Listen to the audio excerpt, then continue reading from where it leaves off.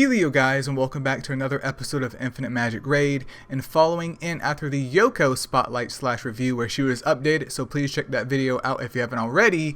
We have the lovely Sia here, and Sia is a legendary that I pulled on my beta account as well, just in case you guys are curious. But anyways, I do have her on the screen. She's fully booked up here, and we can take a quick look at her stat distribution. At this point in time, her attack is sitting at 28,000, nearly 29,000. Could definitely be higher. Her crit rate is 64%, which is very important, and then her crit damage is also 226%. I will say once again, just like Yoko, her stats could definitely be higher without a doubt. I'm not gonna lie to you guys right here, but you know, hopefully I will get to that one day. But still, even with these subpar stats, she performs extremely well, you guys, like no joke whatsoever. So let's quickly go over her skills. I'll show off her equipment, her emblems, and aura, and then we can check her out with the spotlight. And I do want to indicate too that my Sia is sitting at exclusive level 1. And if this is your first time coming to the channel, exclusives basically augment the stats of your character and provide their abilities that they have already with secondary effects and boosting up damage, etc. here, which we can see with this arrow. But taking a look at her skills, I really don't even need to click on because I know what they do. Basic attack, every time that she does this basic attack, it kind of helps to reset the cooldown on her other moves, which is very important, which we'll get into later here, but nothing too spicy right there. This right here is concentration increase. This is the money maker. This is why my Sia only has 60% crit rate, because if you look right here, this increases her crit rate by 40%, and it also boosts up her crit damage by a whopping 60%. You can't take this off, and with this skill fully booked up, she also receives another 50% on top of that, which is huge. So for this move alone, she's gaining, I believe, 110% crit damage. Say no more, fam. Say no more. Then her passive over here, basically every time that she does a move, regardless if it's her basic attack, her ultimate, or the concentration increase where she technically loses out on a turn because she's not attacking, she gets to attack. So having this skill max is super important of just keeping up kind of like this burst / like rest stage of Sia's damage. So make sure if you pull her and you want to use her that hopefully this gets booked up as fast as possible, because you don't want to miss out on that. But the damage up there isn't anything incredible. I mean, it's very close to a basic attack, but that's pretty much it. Like, it's not there for causing a lot of damage. It's just something to keep her going while she's casting concentration increase. And then we have her ultimate over here, where this is where the money comes in with concentration increase. But I will let you guys know that coming from beta to global, they ended up swapping out her exclusive level 1, because in my beta video, which you'll see me clearing out all of the stages of hell, or all of the key stages, basically if she caused damage and killed someone, her ultimate would reset. But with global, the devs end up switching that out because I guess they realized maybe that's a little bit too OP. But taking a look at this move right here, not only is it raw damage, but when you also factor in the concentration increase, which boosts up her crit damage, and as long as she's sitting at 60% crit rate, it's a guaranteed crit. We're talking about all kinds of damage. Sia is one of the best like single target nickers in the game. So with that being said here, let's take a quick look at her equipment just in case you guys are curious. So my Sia ended up hitting that crit rate cap, so I'm focused more so on crit damage and just raw attack here. And if you do have her, hopefully in the future you can do the same thing here. But she's sitting over here on a crit damage set, which isn't the best thing in the world, but I figured if her freaking crit rate is maxed, then why not just raise up her crit damage at this point in time? Nothing extravagant right there. She's also on the lovely Slay set, which boosts up her crit rate and crit damage. Very important here. Nothing spicy with those. Another part of the Slay set, we have a little bit of attack rate and crit rate, always nice. And then part of the crit damage set as well, where she actually has a nice roll into that lovely crit rate, a little bit of attack and a little bit of HP rate. In terms of her artifacts though, there's a crit rate artifact up there. There is a attack artifact, and then there's also the lovely speed artifact. So I'm trying to make sure she's as balanced as possible in terms of speed. One of the biggest issues, especially when you break into hell, is getting your speed up there. So that's why I always recommend that speed artifact, just so your character can go first. Now, depending on the situation here, you could feel free to swap these out, but this is basically what has worked for me so far. And if I was going to like never go back to campaign, I would probably end up switching these up and making things a little bit more damage orientated. But that's her equipment right here. And then if we slide over here to the emblems, It should be the exact same, if not very similar to Yoko. She does have this damage reflect right there, which isn't necessary whatsoever. That's just what I happened to put on her very, very long ago. So I could reset this tree, but in my opinion, this is something similar that you should have. You don't necessarily need it, but with her not having any like skills that do debuffing or anything of that nature there, I didn't really see a big need to do the support tab. I mean, that could help her mitigate some damage with her, you know, being able to be healed a little bit easier, or her having like a stronger shield if I'm using Whim or someone of that nature up there. But one of the things with Sia though is that if I see her in a PvP situation, regardless of what she has on that support tree, I'm going to try and kill her. So my whole thought process was, well, I need to give her some defense, so hopefully she can kind of tank something while she's trying to get concentration increase off. Because once that next turn comes, after she's casted concentration increase, man, we don't talk about that. But her aura right now is sitting at a lovely green one.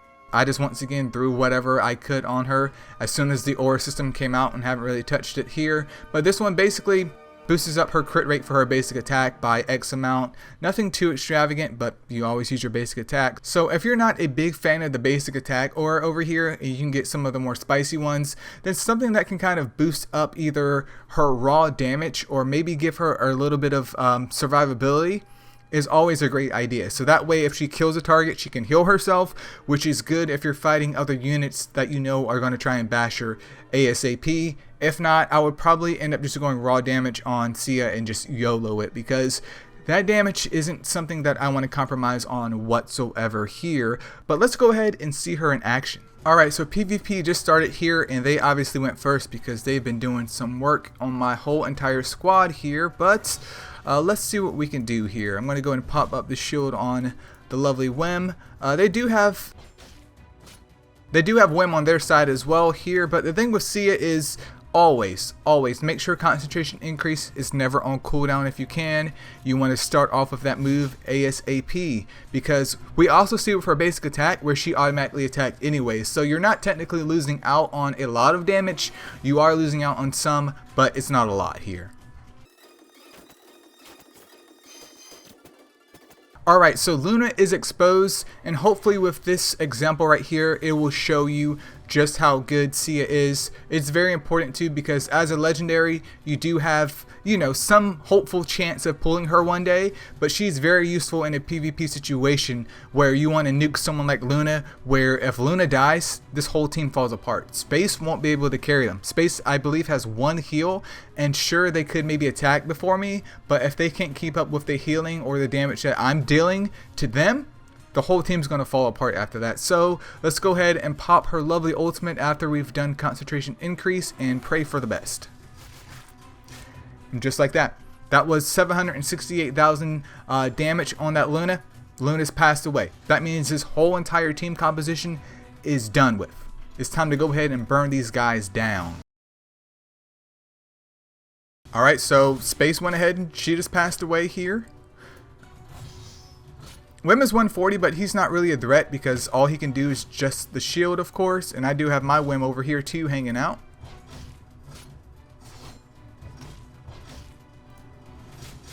I should have did a concentration increase, but I mean, they're going to die anyway, so I don't think it really matters that much here.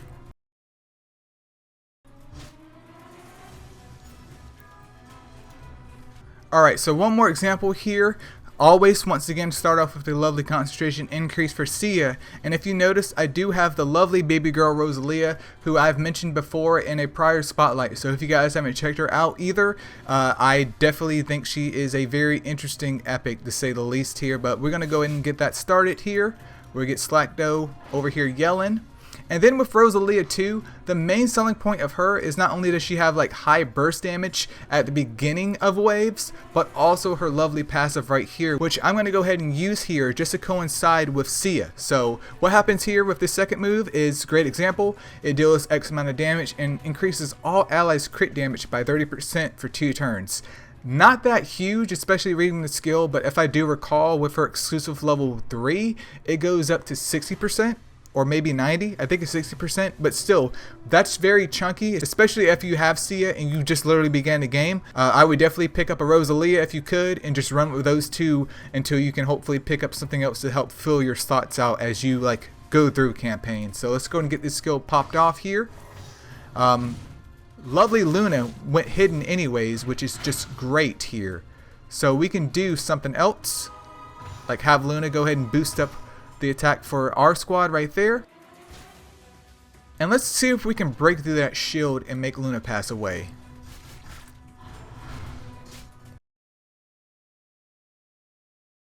Just like that. And you should also have seen that extra damage of how it went through that shield because of that additional crit rate from Rosalia here. So one of the nice things about Infinite Magicraid 2 is that if you learn how to use your epics to their advantage, even if it's only to kind of buff up your legendary, it's incredible what you can do with one epic and one legendary in this situation. But yeah, we're gonna go ahead and clean these guys up, and hopefully you get to see Sia in action here. Now with this ultimate on Rosalia as well, let's see if she can do something spicy. I mean, do I have to say anything else?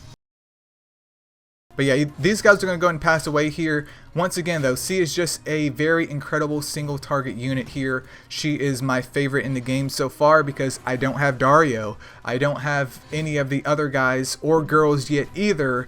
And I just love the fact that even though I have to sacrifice a turn for her, as soon as you buff her up with attack up, you get like defense down on the enemy, or you have someone like Rosalia in there that boosts up her crit damage when she's basically already guaranteed to crit. Well, things basically turn into smiley face gaming here, you guys. And yeah, I definitely used her throughout the whole entire campaign too, so don't sleep on Sia at all. If you see her come out here in PvP and you see this move right here, prepare to make her pass away, because if she doesn't pass away, someone on your team is probably gonna pass away. But that's it, you guys. Thank you so much for watching. Hopefully this video helped you kind of get a better idea of what Sia does. But yeah, that's pretty much it. Sia. Wait a minute.